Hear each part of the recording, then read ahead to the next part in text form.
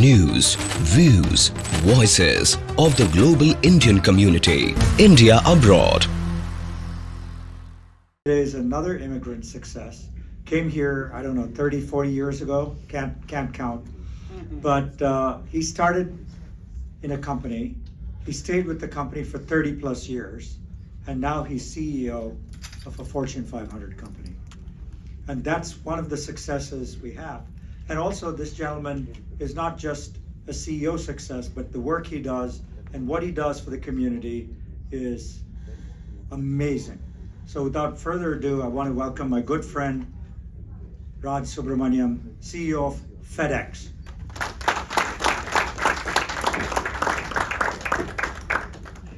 Thank you, MR.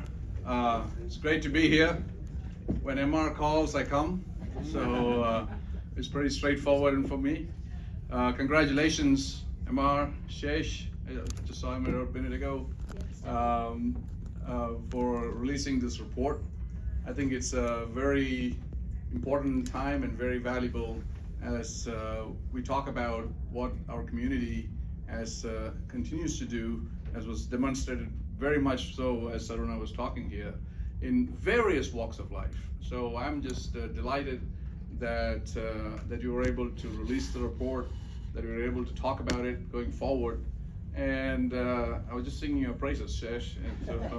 And you know, I'm just happy to be here today. And I know every single person in this room has their unique story as they come into this country. And I'm no different. I mean, everybody has got to figure out a place to start here. And I moved here in '87. But you know, I was very fortuitous in terms of getting a job at FedEx. I mean, it was 1991. I just got my MBA, and there were no jobs going around at that time because of the recession after the war. And there were so many MBAs graduating that nobody wanted one without a green card, not one. So usually I got to my second interview and they figured out they didn't have a green card. You're gone. So I was basically no job, and I was, one day I was coming back to my apartment. My apartment mate was on the phone. He was basically saying, no, I can't do that. No. He keeps the phone. I said, who's that? I said, that's FedEx. They're coming to campus, and they got his resume, and they wanted to interview him, but he had decided to go back to India, so he was not taken. I said, give me the damn number. So I called, and I said, you just talked to my roommate, and he is going back, but I'm still here. Can I fax you my resume? And they said, okay. And so sure enough, I faxed my resume, and they said, okay, come for the interview. So I go to the interview. And by this time, my euphoria has come back down again, because I'm like, how many of these I've done?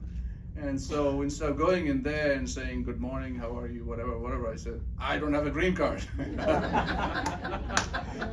I don't want to waste your time or mine if that's going to be an issue.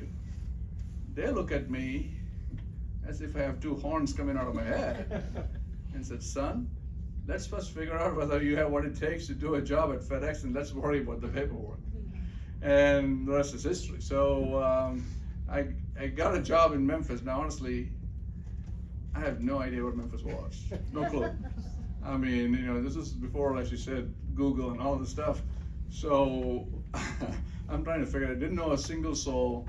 I got there and started my career at FedEx. Now, a lot of people of the Indian community have become, fantastically successful in Silicon Valley and become CEOs in different companies. But Memphis, that's a different story. So when I got there, if someone had told me in 1991 that this is a job I would be doing 33 years hence, I would have said, I had a much better chance to play for the Indian cricket team. There was no way. It is not even possible. So, so I'm just grateful that the opportunities that I've got. This whole thing is about impact. And so that's what I want to talk to you all about. So just to put that in perspective, the core business of FedEx is connecting people and possibilities around the world. We are everyone talks about delivering packages, but ultimately, we're connecting, customers and businesses to markets around the world. And so that actually has lifted a lot of people's standards of living around the world. Secondly, we have a simple philosophy in terms of giving. And it's this: if your neighbor's house is on fire and you're the one with the fire hose, you run to help. Because usually what happens is when there's something goes wrong somewhere in the world, people have money, but they have no way of actually physically doing anything. And that's when it's like, hello, here I am. And so we create a lot of impact. I mean, there's so example after example. Any disaster, we're usually the first ones there. And I'll give you one that's closer to home. And this was in April 2021 when COVID was raging in India. People were dying, as you all remember that. And so one Saturday, actually it was on a Sunday, I was trying to figure out, we need to do something. So I picked up the phone, we started calling, mad dialing, Satya on the phone, there's Arvind and Julie, we saw a few of us, and finally said, okay, we need to put a call together. I mean, lo and behold, on Sunday at 11 o'clock, there was a Zoom call. There must be at least 60 of the Fortune 100 CEOs on the call. I was shocked. I was like, what happened? How in the world? I don't believe there's any other country that would have happened. What I realized later is that everyone's got their crown jewels in India. That's why, And so then we started talking about, okay, what's the requirement? It was oxygen, and oxygen, 1, 2, 3. And Monday was another call with the Secretary of State on that same call. So anyway, everyone's like, okay, money, this, that, and the other thing. And then the question came out, or how the hell are we going to get it there?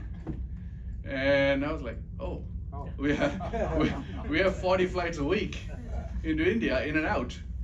And so we started mobilizing, oxygen concentrators moving into India, for example.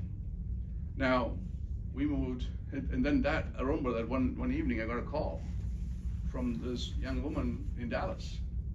She said, my father is dying in Hyderabad, and I have an oxygen concentrator in my hand. Can you get it to him?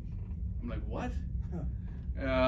Then within 12 hours, we developed a process by which you can take one of those things to our FedEx office, the retail outlet, and then we would carry it. We got 15 out of those. So, the point here being that suddenly when we mobilized, we started moving. At the end of the day, we moved more than 100,000 oxygen concentrators to India at that time. Wow. That's an impact. Wow. And when it really hit home for me, because I was just doing it. I mean, I was not even thinking. I was just, just do it. Whatever we can.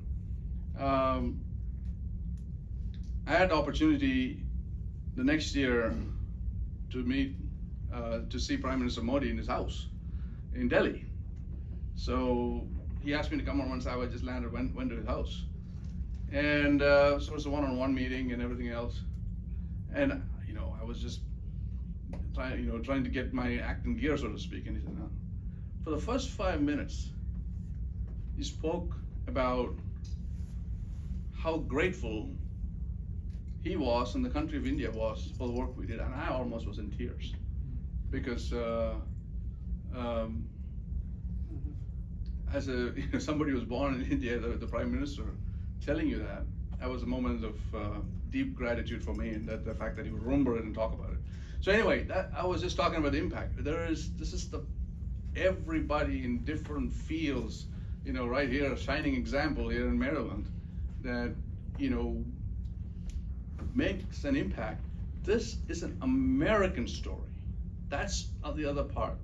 You all talked about it, when you talk about the civil rights and immigration and all this stuff. I mean, it's a true American story. So I'm just delighted to be part of that journey.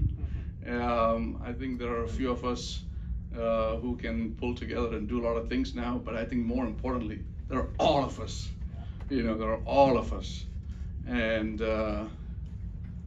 I'm just going to say that the best is yet to come. Thank you very much.